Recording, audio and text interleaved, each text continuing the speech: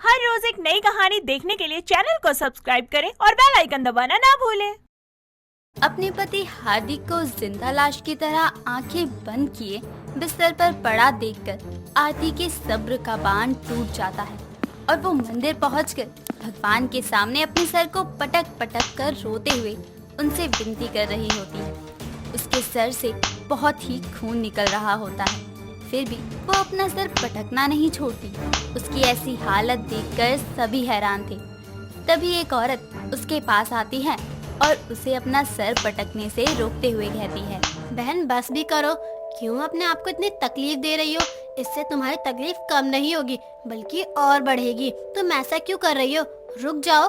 तो मैं क्या करूं बहन, मैं बहुत ज्यादा परेशान हो गई हूँ अपने दुखों से। अब मुझसे और बर्दाश्त नहीं होता। पता नहीं भगवान मुझे किस गुनाह की सजा दे रहे हैं।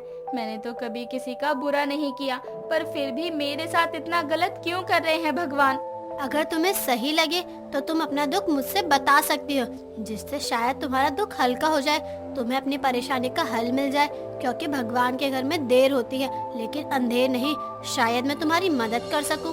वो औरत आरती को समझा ही रही होती है कि तभी आरती बेहोश हो जाती है और वो आरती को लेकर अपने घर चली जाती है और उसे सोफे पर लेटाकर थोड़ी देर बाद जब उसे होश आता है तो वो कहती है, मैं यहाँ कैसे आई?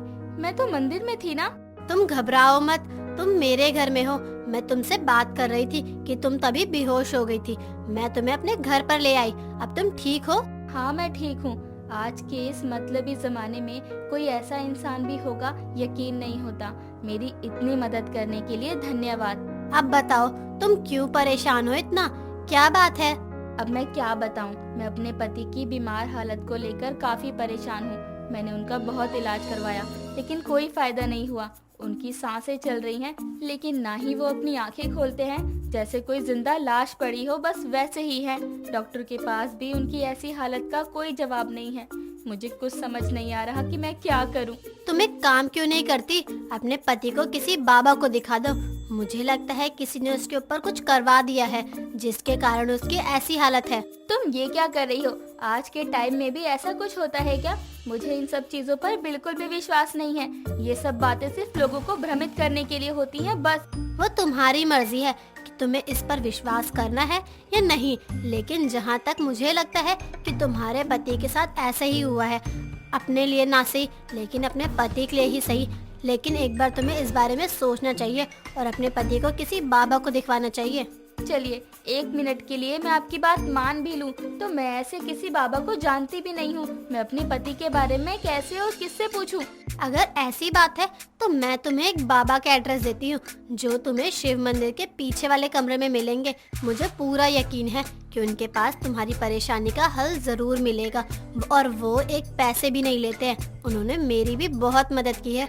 मुझे लगता है तुम्हें एक बार उनसे मिलना चाहिए। दिन पर दिन अपनी पति की बिगड़ती हुई हालत को देखकर आरती उस औरत की बात मान जाती है।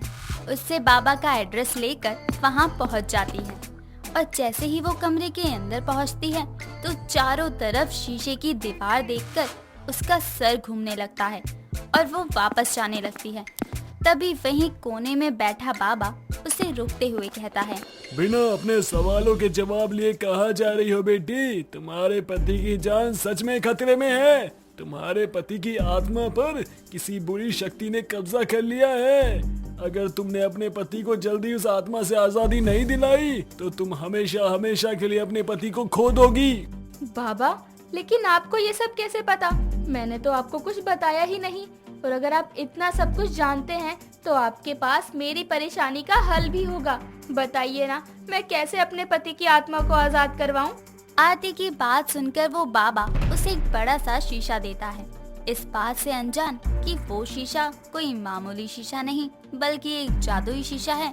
वो हैरान होकर बाबा से कहती है, बाबा आप मुझे मेरी परेशानी का हल बताने की जगह मुझे ये शीशा दे रहे हैं, इसका मैं क्या करूँगी? मैं बस तुम्हें इतना ही कहूँगा कि समय आने पर यह शीशा ही तुम्हारे सारे सवालों का जवाब देगा। अब तुम जा सकती हो। बाबा की बात सुनकर आरती चुपचाप वो शीशा लेकर अपने घर चली जाती है और अपने कमरे में रख देती है। समय बीतता है। तभी एक रोज रात के समय उसे शीशे में से एक आवाज सुनाई देती है। मुझे बचाओ, मुझे यहाँ से बाहर निकालो, मेरा यहाँ दम घुट रहा है, निकालो मुझे यहाँ से बाहर निकालो। शीशे से निकली आवाज सुनकर उसकी आंखें खुल जाती हैं और वो घबराते हुए जैसे तैसे करके शीशे के सामने जाती है। तभी उसे एक आवाज फिर से सुनाई देती है। तुम्हारे पति की आत्मा दूसरी दुनिया में एक कलश में कैद है। तुम्हें दूसरी दुनिया में जाकर उस कलश को खोलकर उसे शीशे से बाहर फेंकना होगा, तभी तुम अपने पति की जान बचा सकती हो। मैं अपने पति की जान बचाने के लिए कुछ भी कर सकती हूँ, लेकिन मैं दूसरी दुनिया में कैसे जाऊंगी? तुम दूसरी दुनिया में शीशे की मदद से जाओगी।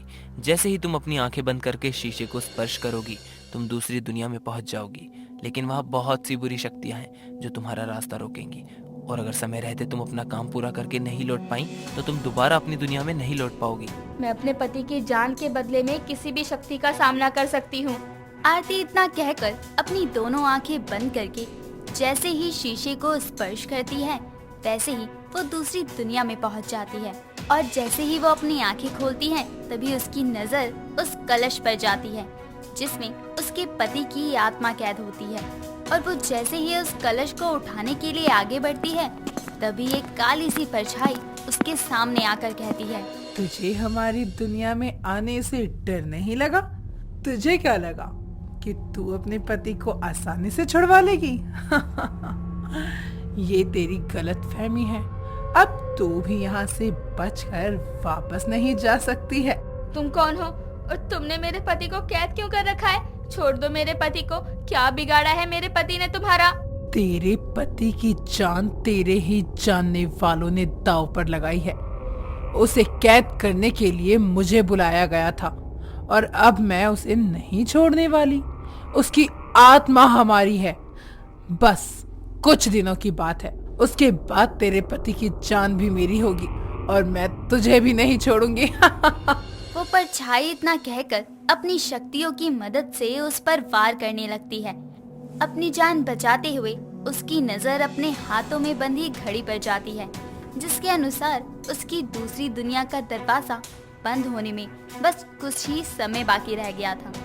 जिसके बाद वो काली परछाई को बातों में लगाकर जैसे तैसे करके उस कलश को शीशे से बाहर फेंक देती है, जिससे वो कलश खुल जाता है और उसके पति की आत्मा उसके पति के शरीर में प्रवेश कर जाती है और उसकी आंखें खुल जाती हैं। तभी उसकी नजर जादुई शीशे पर जाती है जिस पर लिखा होता है, मैंने तुझे कहा था ना कि इस दुनिया से कोई बाहर नहीं जा सकता।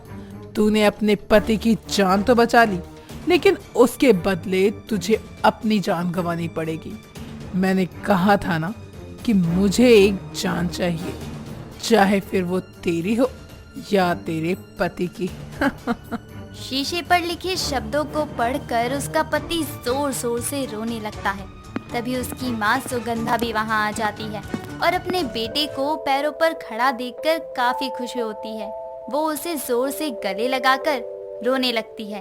तभी हार्दिक उसे शीशे की तरफ इशारा करता है, जिस पर लिखे शब्दों को पढ़कर उसके होश उड़ जाते हैं और वो रोते हुए कहती है, बहू, मुझे तो पता ही नहीं था कि ये तेरा जादुई शीशा है या तू ऐसा कुछ करने वाली है, वरना हम तुझे कभी ऐसा कुछ करने को नहीं कहते।